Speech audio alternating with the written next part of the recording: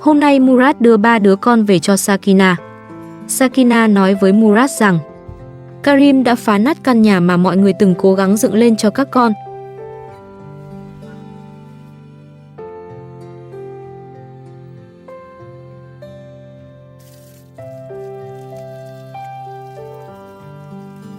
Sinh tồn tự nhiên review, hãy đăng ký và theo dõi chúng tôi. Đây là động lực to lớn để chúng tôi tạo ra những video thật ý nghĩa gửi đến người xem. Chân thành cảm ơn. Hôm nay, Ali, bà Hilda và Parisa đã bắt đầu một ngày làm việc từ rất sớm. Khi ánh nắng vừa lên trên những dãy núi xa, cái nóng đã bắt đầu phủ xuống khoảng sân nhỏ. Không khí oi ả, mặt đất khô nóng. Chỉ đứng ngoài trời một lúc thôi, người ta cũng đã cảm thấy mệt mỏi. Nhưng với Ali và những người thợ, công việc không thể chờ đến khi thời tiết dễ chịu hơn. Bởi khoảng sân này vẫn còn dang dở, phần nền chưa hoàn thiện, những bức tường vẫn còn vài chỗ cần xử lý, và những đường nước bên dưới cũng phải được làm thật cẩn thận. Trước khi mọi thứ được phủ kín bằng xi măng, ngoài sân, những người thợ đã bắt đầu chuẩn bị dụng cụ. Người xúc cát, người mở bao xi măng, người kiểm tra lại phần đường ống đã đặt từ hôm trước. Còn ở bên trong nhà, Parisa chuẩn bị trà. Đó là một công việc không quá nặng nhọc.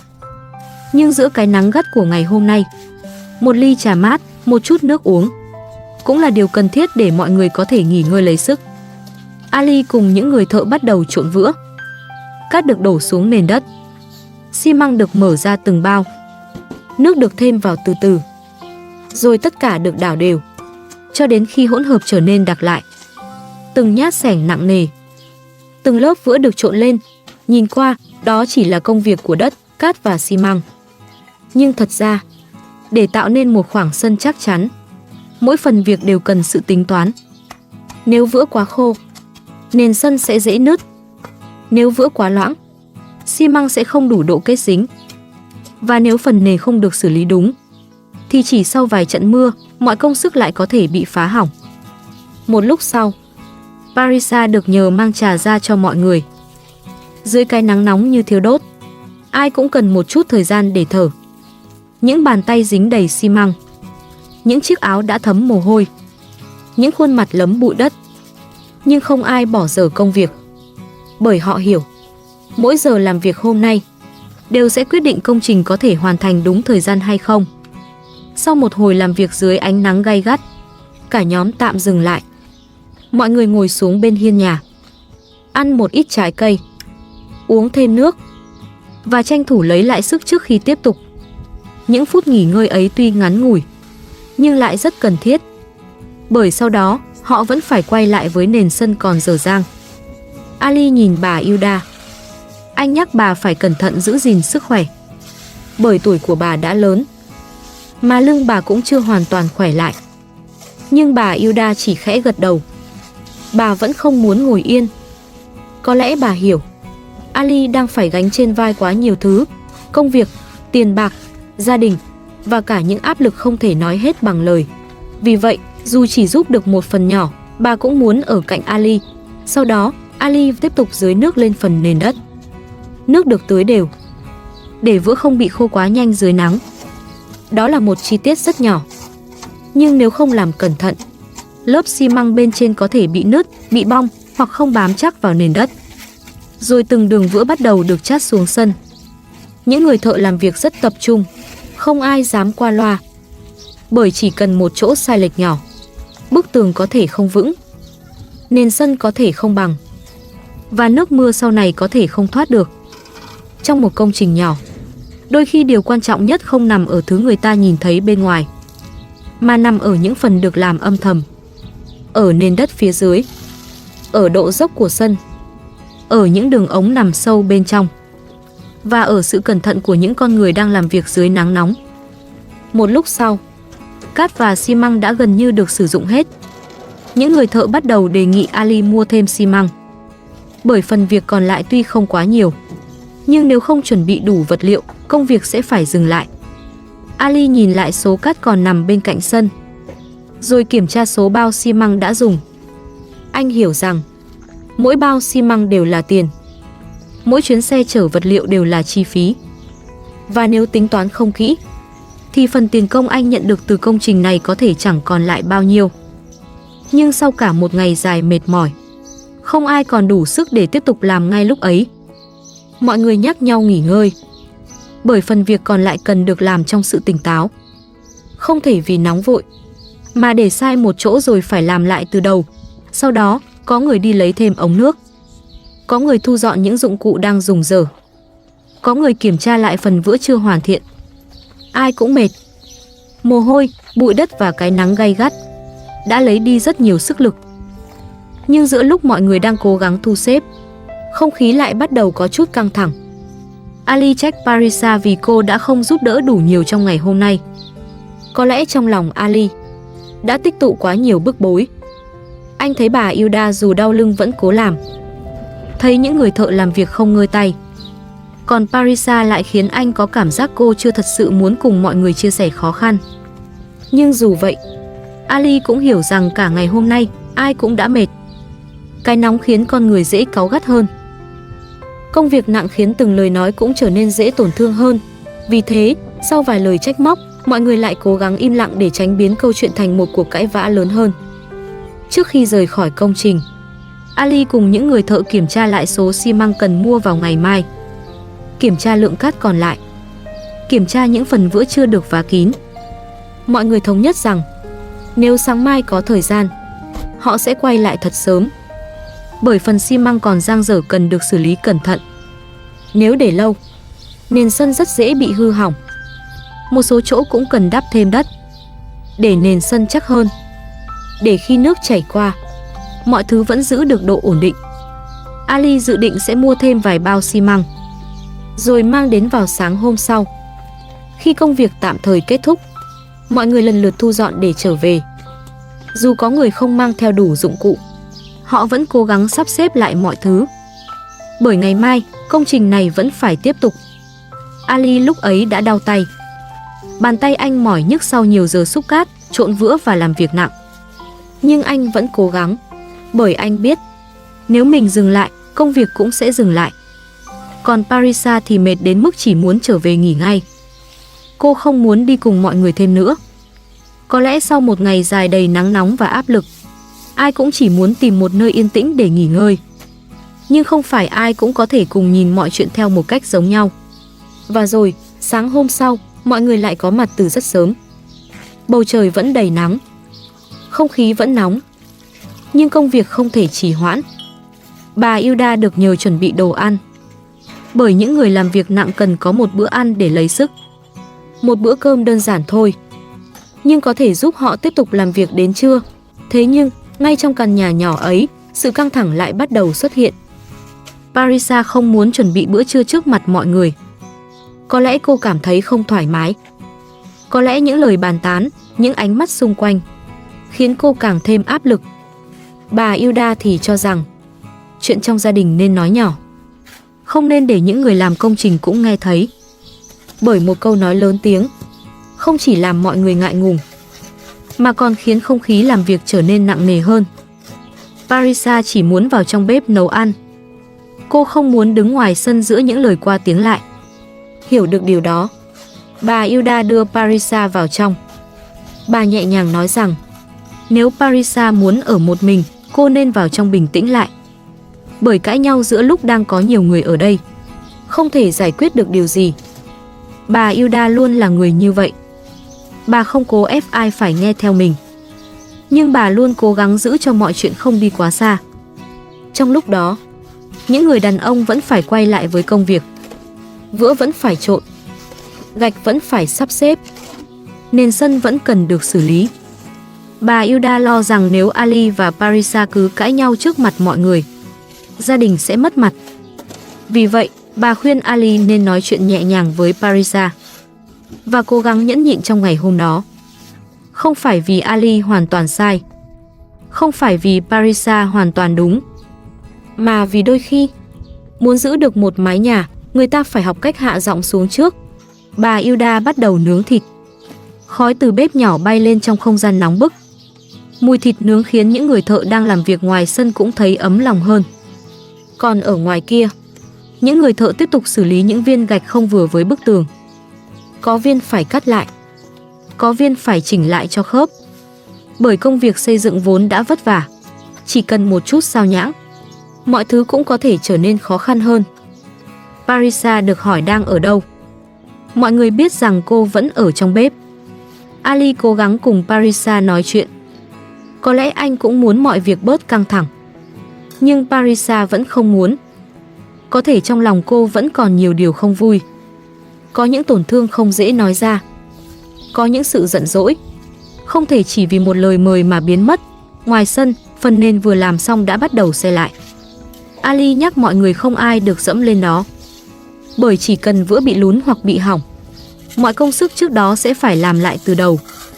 Dụng cụ được thu dọn dần. Bởi phần việc chính đã gần hoàn tất.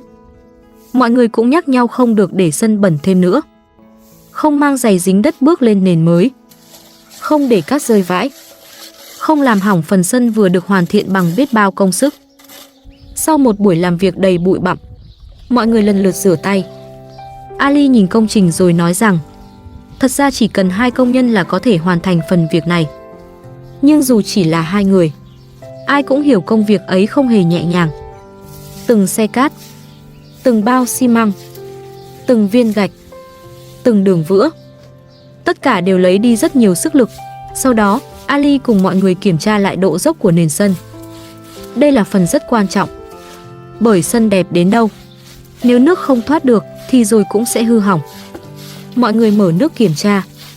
Khi thấy nước đã chảy hết, ai cũng yên tâm.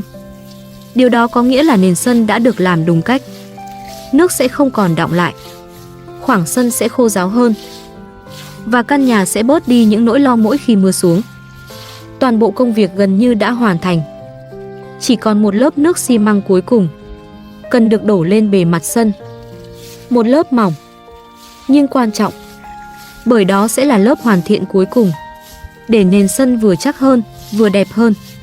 Một lúc sau, chủ nhà bước ra kiểm tra. Anh nhìn bức tường mới, nhìn phần sân đã được làm lại, và nhìn cả con hẻm nhỏ đã được Ali cùng những người thợ bịt kín bằng bức tường mới. Trên gương mặt chủ nhà hiện lên sự hài lòng, bởi căn nhà giờ đây đã gọn gàng hơn, khoảng sân bằng phẳng hơn, và hệ thống thoát nước cũng đã được xử lý. Sau khi công việc gần xong, Ali bắt đầu nói đến tiền công. Anh nhìn những người thợ. Anh biết họ đã làm rất nhiều việc nặng, đã đứng ngoài trời nắng, đã xúc cát, đổ vữa, chở đất và sửa từng viên gạch. Vì vậy, Ali cho rằng họ xứng đáng được trả thêm. Cuối cùng, tiền được đưa thêm để chia cho các công nhân. Không phải là một khoản quá lớn, nhưng đó là sự ghi nhận cho những giọt mồ hôi họ đã bỏ ra. Ali cũng trao đổi số tài khoản, để sau này tiện liên lạc, tiện thanh toán. Và biết đâu, nếu có công trình khác, họ vẫn có thể tìm đến nhau. Khi vật liệu được dọn dẹp hết, công việc trong sân cũng chính thức khép lại. Những bao xi măng trống được gom lại, dụng cụ được xếp gọn. Một vài viên gạch dư được để lại cho chủ nhà, để sau này, nếu cần vá một chỗ nhỏ, chủ nhà vẫn có thể dùng. Ali nói rằng sau này, khi chủ nhà thanh toán, anh sẽ nhận phần tiền còn lại. Nhưng Parisa lại thắc mắc. Cô cho rằng tiền thưởng đã được đưa hết cho công nhân, và số tiền đó có vẻ nhiều. Ali nghe vậy chỉ nói rằng những người thợ xứng đáng nhận số tiền ấy, bởi họ đã làm những công việc rất nặng nhọc. Họ cũng có gia đình, cũng có những khoản phải lo, cũng cần tiền để chăm sóc những người thân của mình. Với Ali, điều quan trọng không chỉ là giữ lại được bao nhiêu tiền, mà là công việc đã được hoàn thành tử tế. Những người đã bỏ sức ra làm được đối xử công bằng, và chủ nhà nhận được một khoảng sân đúng như mong muốn. Trước khi rời đi, Ali lại nhờ mang nước ra cho mọi người. Một cử chỉ nhỏ, nhưng sau những giờ lao động dưới nắng nóng, ai cũng hiểu giá trị của một ngụm nước mát. Bà Hilda nhìn đôi tay Ali. Bà nhắc anh phải cẩn thận, bởi tay anh đã đau nhức sau nhiều giờ làm việc. Ali chỉ im lặng. Có lẽ anh đã quá quen với những vết đau nhỏ như thế. Bởi với những người lao động bằng đôi tay của mình, mỗi cơn đau thường không phải lý do để dừng lại, mà chỉ là một phần của cuộc sống. Sau đó, mọi người cảm ơn nhau. Cảm ơn vì đã giúp đỡ trong công việc. Cảm ơn vì đã cùng đứng dưới nắng. cùng làm những phần việc khó khăn, cùng hoàn thành một công trình nhỏ, nhưng đầy mồ hôi và sự cố gắng. Rồi từng người bắt đầu chuẩn bị ra về. Trước khi chia tay, họ gửi cho nhau những lời chúc bình an. Không ai biết sau này có còn gặp lại nhau thường xuyên hay không. Nhưng trong ngày hôm ấy, họ đã cùng nhau làm việc, cùng nhau chia sẻ sự mệt mỏi, cùng nhau biến một khoảng sân ngổn ngang thành một nơi sạch sẽ, chắc chắn và khô ráo hơn. Và có lẽ, đó cũng là điều đáng quý nhất. Giữa cuộc sống còn nhiều thiếu thốn, vẫn có những con người sẵn sàng cùng nhau làm việc, sẵn sàng giúp nhau một tay, sẵn sàng chia sẻ chút sức lực, chút thời gian, để mọi thứ trở nên tốt đẹp hơn. Ngày làm việc dài cuối cùng cũng khép lại. Ali trở về với đôi tay đau nhức. Bà Hilda trở về với sự mệt mỏi của tuổi già. Parisa cũng mang trong lòng những điều chưa thể nói hết. Nhưng dù vậy, một công trình đã hoàn thành, một khoảng sân đã được sửa lại. Và ít nhất trong ngày hôm ấy, tất cả đã cố gắng theo cách của riêng mình. Để rồi khi ánh nắng dần tắt sau những dãy núi xa, mọi người có thể trở về nhà, mang theo sự mệt mỏi, nhưng cũng mang theo một chút bình yên sau một ngày dài đầy nỗ lực.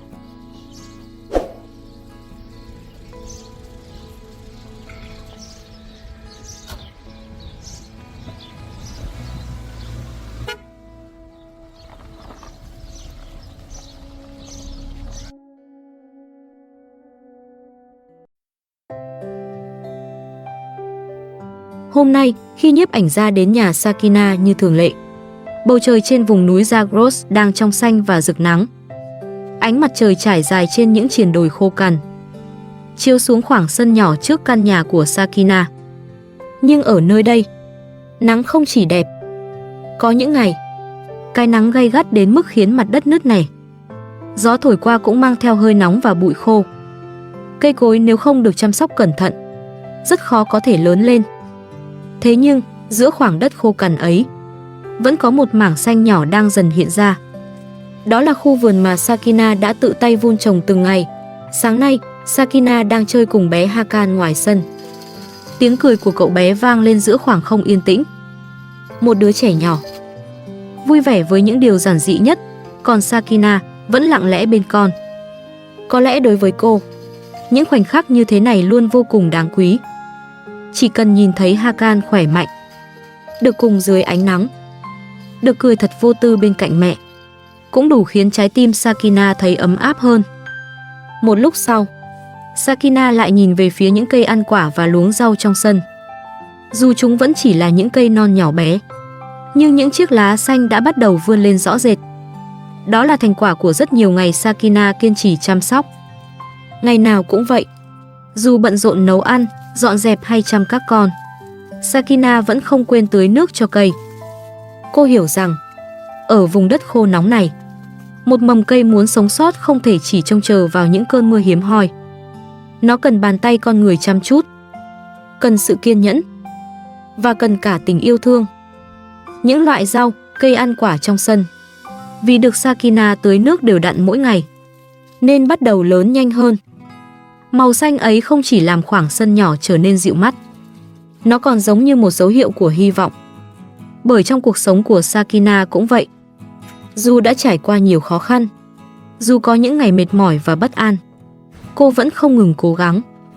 Từng bữa cơm cho các con, từng luống rau nhỏ, từng gốc cây non đang lớn lên dưới nắng, tất cả đều là những điều Sakina âm thầm vun đắp.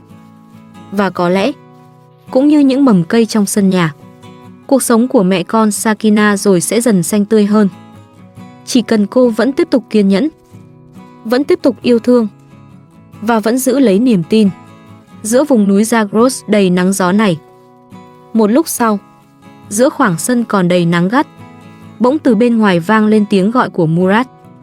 Sakina nhìn ra phía cổng, và rồi cô thấy Murat đang đưa 3 đứa trẻ trở về: Rachel, cậu bé nhỏ Asam, và cả Zoya.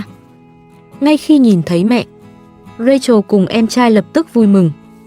Hai đứa trẻ nhìn về phía Sakina với sự hồn nhiên vốn có. Có lẽ, dù vừa đi đâu, ở với ai, thì trong lòng những đứa trẻ ấy, vòng tay của mẹ vẫn là nơi quen thuộc nhất. Nhưng riêng Zoya lại khác. Cô bé không chạy đến gần mẹ như các em. Zoya đứng lặng. Ánh mắt có chút dè dặt, có chút xa lánh. Nhìn khoảnh khắc ấy, Sakina không giấu được nỗi đau trong lòng. Có lẽ trong thời gian ở cùng Karim, Zoya đã nghe quá nhiều lời không tốt về mẹ mình. Bởi ngay lúc ấy, Murad lại yêu cầu cô tiếp tục chăm sóc các con. Sakina đưa Murad đi xem căn nhà bị hư hỏng. Cô chỉ vào những phần đã bị đập phá, những thứ cô từng cố gắng sửa sang. Từng góc nhỏ cô vun vén để các con có một nơi ở tốt hơn. Sakina nói rằng, đó là hậu quả từ những việc Karim đã gây ra. Theo lời cô, Karim đã phá hỏng những gì cô cố gắng làm. Những thứ Sakina làm không phải cho riêng mình, mà là vì các con. Murad nghe vậy thì hỏi Sakina rằng, liệu cô có tận mắt nhìn thấy Karim đập phá hay không? Ông cho rằng Karim không có lý do gì để làm như vậy. Nhưng Sakina vẫn khẳng định, trong suy nghĩ của cô, chỉ có Karim mới có thể làm ra chuyện đó. Cô cho rằng Karim đang tức giận vì cô đã kiện anh ta, và anh ta bị bồi thường những khoản sinh lễ và trách nhiệm trước đây. Và từ sự tức giận ấy, Karim đã biến căn nhà nhỏ của cô thành một nơi đầy tổn thương. Sakina hỏi Murad, Karim đã đi đâu? Tại sao anh ta lại không thể chăm sóc chính những đứa con của mình? Sakina nói rằng, Karim phải đến tận nơi để nhìn thấy hậu quả. Phải nhìn xem căn nhà mà cô từng cố gắng bảo vệ đã bị hư hỏng nặng nề như thế nào. Ban đầu, mọi người chỉ định sửa lại phần trần trong phòng. Nhưng rồi mọi thứ trở nên nghiêm trọng hơn rất nhiều. Những phần bị phá hỏng khiến căn nhà xuống cấp, khiến Sakina vừa giận dữ, vừa đau lòng. Cô nói sẽ tiếp tục khiếu nại Karim, bởi cô không thể cứ im lặng nhìn những gì mình xây dựng cho các con bị phá hủy. Murad lại yêu cầu Sakina tự chăm sóc các con. Nhưng Sakina không chấp nhận việc Karim tiếp tục trốn tránh trách nhiệm. Cô nói rằng, cô yêu các con, nhưng tình yêu đó không có nghĩa là cô phải một mình gánh hết mọi khó khăn. 2 năm qua, Sakina đã gần như một mình lo cho các con. Sakina không muốn rời xa các con, nhưng cô muốn Karim phải nói rõ về quyền nuôi dưỡng. Cô không muốn bọn trẻ tiếp tục bị đưa đi, đưa về, rồi trở thành lý do cho những cuộc tranh cãi không bao giờ kết thúc. Murad cố gắng khuyên Sakina bình tĩnh. Ông bảo cô đừng tiếp tục la hét trước mặt các con. Sakina đề nghị để Karim tự chăm sóc các con. Nhưng ai cũng hiểu, Karim dường như không đủ khả năng để làm điều đó một cách trọn vẹn. Murad nói rằng Sakina có thể mua một mảnh đất khác, và ông sẽ giúp đỡ. Nhưng Sakina không muốn rời khỏi căn nhà vốn thuộc về mình. Cô cho rằng Karim đã dùng những thủ đoạn để chiếm lấy đất và nhà. Dù giấy tờ hiện tại đứng tên Karim, Sakina vẫn đã nộp đơn khiếu nại. Cô cũng đã đưa những nhân chứng đến để làm rõ sự việc. Và bây giờ, cô chỉ còn biết chờ phán quyết của tòa án. Sakina nói rằng, Karim cần trả lại sinh lễ, hoặc phải để các con ở lại với cô một cách rõ ràng. Bởi trong câu chuyện này, những đứa trẻ mới là người đáng thương nhất. Chúng không làm gì sai, nhưng lại phải sống giữa sự thờ ơ của cha và những cuộc tranh cãi không hồi kết của người lớn. Murad van xin Sakina hãy để các con ở lại. Nhưng Sakina chỉ biết nói rằng các con nên đi tìm bố của mình. Cô không muốn Karim tiếp tục lấy lý do chăm con để xuất hiện rồi lại bỏ mặc mọi trách nhiệm. Cô nhắc các con đi theo ông nội, bởi chính Karim là người đã từng mang chúng rời xa cô từ đầu. Trước khi rời đi, Sakina chỉ có thể nói một lời chúc bình an, nhưng giọng cô đầy đau đớn. Cô nói rằng các con hoàn toàn vô tội, nhưng cô cũng mệt mỏi và sợ hãi. Sợ Karim sẽ tiếp tục phá hủy căn nhà, sợ anh ta sẽ tiếp tục làm cuộc đời cô trở nên bất an. Sakina hiểu rằng 2 năm một mình nuôi các con là một quãng thời gian quá dài, quá nặng nề. Cô từng nghĩ chỉ cần cố gắng, chỉ cần nhẫn nhịn, thì rồi mọi chuyện sẽ tốt lên. Nhưng bây giờ, cô nhận ra rằng mình cũng là một con người. Cô cũng có giới hạn, cũng có quyền được sống bình yên. Có thể có người sẽ trách Sakina, sẽ nói rằng một người mẹ không nên đẩy con mình đi. Nhưng chỉ Sakina mới hiểu, cô không hề muốn từ bỏ các con. Cô chỉ muốn Karim phải hiểu rằng một người cha không thể phá hỏng mọi thứ rồi bỏ đi, không thể để mẹ của các con gánh hết tất cả. còn mình chỉ xuất hiện khi muốn kiểm soát. Nước mắt Sakina cứ thế rơi. Bởi cô thấy mình đã quá ngây thơ khi từng tin rằng chỉ bằng tình yêu, cô có thể một mình nuôi lớn tất cả các con. Karim biết cô không thể buông bỏ bọn trẻ. Và có lẽ chính vì thế, anh càng có thể khiến cô tổn thương. Nhưng trong sâu thẳm lòng mình, Sakina vẫn tin rằng nếu có người thật sự can thiệp, nếu sự thật được nhìn nhận công bằng, thì Karim sẽ phải đối diện với trách nhiệm của mình. Không chỉ với căn nhà đã hư hỏng, mà với cả những đứa trẻ đang lớn lên giữa quá nhiều tổn thương mà chúng chưa bao giờ đáng phải chịu. Sau tất cả những gì đã xảy ra, sau những lần căn nhà bị phá hỏng, sau những cuộc cãi vã không có hồi kết, sau những ngày Sakina phải một mình gồng gánh quá nhiều nỗi đau, cô vẫn chọn cách đứng dậy. Không phải vì Sakina không mệt, mà bởi cô hiểu rằng cuộc sống dù có tổn thương đến đâu, vẫn phải tiếp tục. Giữa khoảng đất còn lại trước căn nhà nhỏ, Sakina bắt đầu nghĩ đến việc trồng rau. Một dự định rất giản dị. Không phải để làm giàu, không phải để thay đổi cuộc đời chỉ trong một ngày, mà là để có thêm rau cho các con, có thêm một chút thức ăn trong những bữa cơm hàng ngày. Và cũng là để biến phần đất từng chất đầy đau buồn ấy thành một mảng xanh của hy vọng. Có lẽ Sakina hiểu hơn ai hết, một hạt giống muốn lớn lên, phải đi qua đất khô, phải chịu đựng nắng gắt, phải được tưới bằng sự kiên nhẫn mỗi ngày. Cuộc đời của cô cũng vậy. Dù căn nhà đã bị phá hỏng, dù những gì cô cố gắng vun vén từng chút một đã từng bị người khác làm tổn thương, Sakina vẫn không muốn buông xuôi. Bởi trong căn nhà ấy vẫn còn những đứa trẻ. Các con vẫn cần được ăn no, cần được vui chơi, cần một nơi để trở về sau những lần bị kéo đi giữa cuộc cãi vã của người lớn. Và hơn hết, các con cần được yêu thương, không phải bằng những lời hứa hẹn lớn lao, mà bằng một bữa cơm nóng, một luống rau xanh, một vòng tay của mẹ, và một mái nhà, dù nhỏ bé, nhưng đủ để các con cảm thấy an toàn. Sakina biết mình không thể sửa chữa mọi thứ chỉ trong một ngày. Cô cũng không thể xóa đi hết những tổn thương đã xảy ra. Nhưng cô vẫn có thể bắt đầu lại. Từ một mảnh đất nhỏ, từ một hạt giống, từ những ngày âm thầm tưới nước và chăm sóc. Bởi có những người mẹ, dù cuộc đời đã lấy đi quá nhiều thứ, vẫn sẽ cố giữ lại cho con mình một nơi để lớn lên trong tình yêu thương. Và Sakina cũng đang cố gắng như thế. Không chỉ để sửa lại căn nhà, mà để dựng lại một mái ấm cho chính những đứa trẻ của mình.